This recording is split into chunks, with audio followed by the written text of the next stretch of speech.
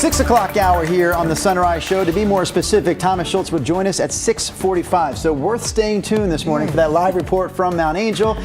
Big event this weekend. Can we talk about a little bit the weekend weather forecast? Weather looks pretty good. It is one of those weekends where both days have a scattered shower threat. But remember, scattered shower threats, maybe you get some of the rain, maybe you get none of it. Maybe it only rains once when you're out and about all afternoon. So overall, no big weather systems coming through, and our weather looking pretty good.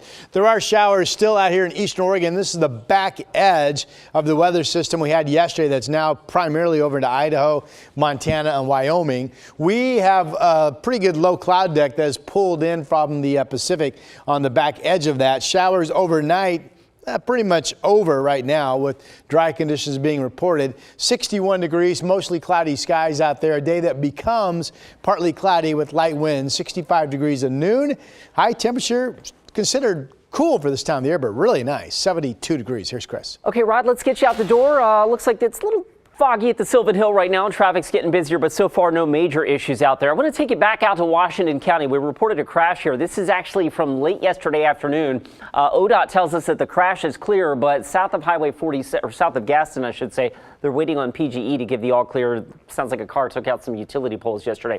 Back down to I-5 in Marion County, just north of the Jefferson exit. We've got a northbound crash that is causing some local slowing, and we zoom into Delaney Road. Delaney Road, and that exit is closed until the 23rd as ODOT continues working on a widening project from Kubler Boulevard to Delaney Road. Guys?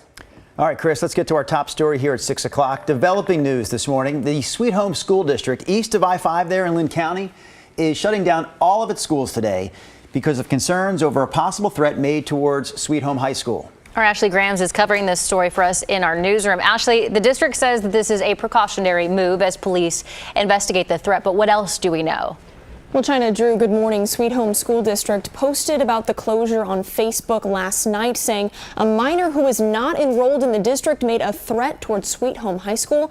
The district says they're working with law enforcement to determine if this threat is credible, and as a precaution have canceled school for their 2,300 students. That's 4 elementary schools, 1 junior high school, and 1 high school. According to the Post, the school district also received a threat toward the high school over the summer, but police found it was not credible. We've reached out to the school district for more information. Drew? All right, Ashley, thank you for that report live from our newsroom this morning. There are actually school districts across the country reporting threats that have shut down schools. The FBI's Pittsburgh field office put out a statement yesterday when these threats started to circulate, letting people know about threats specifically in western Pennsylvania and West Virginia. They say they're gathering intelligence at this point and still trying to figure out the source of these threats. Meanwhile, other threats have been reported in Georgia, North Carolina, and Minnesota, where at least 2 schools closed today because of those threats. None of them have been deemed credible at this point. We are going to continue to follow the story. We'll have the latest on the situation in Sweet Home as well throughout the day here on KGW. Right now, more than 30,000 aerospace machine workers at Boeing are voting on a possible strike. If it goes through, they could strike as early as tomorrow. Union leaders and Boeing had a tentative agreement on Sunday, but a union member told the Seattle Times that members were upset with the deal. One of the biggest issues is pay. Boeing is offering a wage increase of 25% over 4 years, but union members say it does not include their current yearly bonus.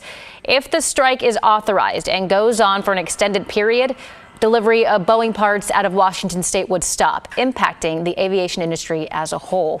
And after several difficult years for Boeing, a strike could cost the company a lot.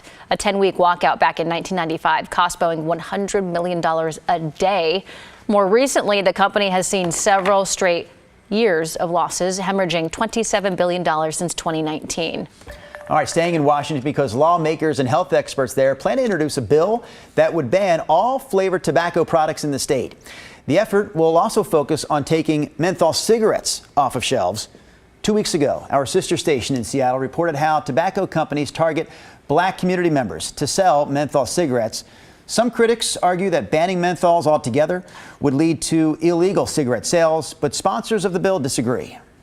I do think it is important to recognize the history of menthol, to recognize that it was deeply embedded to attract black smokers over the course of time, and it has done its job. But that doesn't mean that we can't change, that we can't adapt, and quite frankly, that we can't highlight that this same industry that targeted black smokers is now targeting our children, not because they care about us, but because they care about their revenue stream.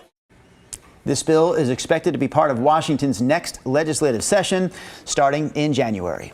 Here's a look at some other headlines we're following for you this morning. A suspect accused in what police say was a drug-fueled crime spree in Albany appeared in court yesterday. 23-year-old Lucy Diethylamide is accused of attacking an employee at a Love's travel stop Tuesday morning before stealing a Jeep and leading police on a chase. In court, the owner of that car told the judge that this all came less than 24 hours after his father passed away. I lost one loved one, and I could have lost another, or my loved ones could have lost me. Over a car. The suspect was eventually stopped by police and overdosed. Officers gave them Narcan before taking them into custody. A Southeast Portland burger joint says it needs help from the city after a series of break-ins over the last couple of years. The owner of Dick's Primal Burger on Southeast Woodstock says his business has been broken into 8 different times over the past 2 years, the most recent one happening this past Friday.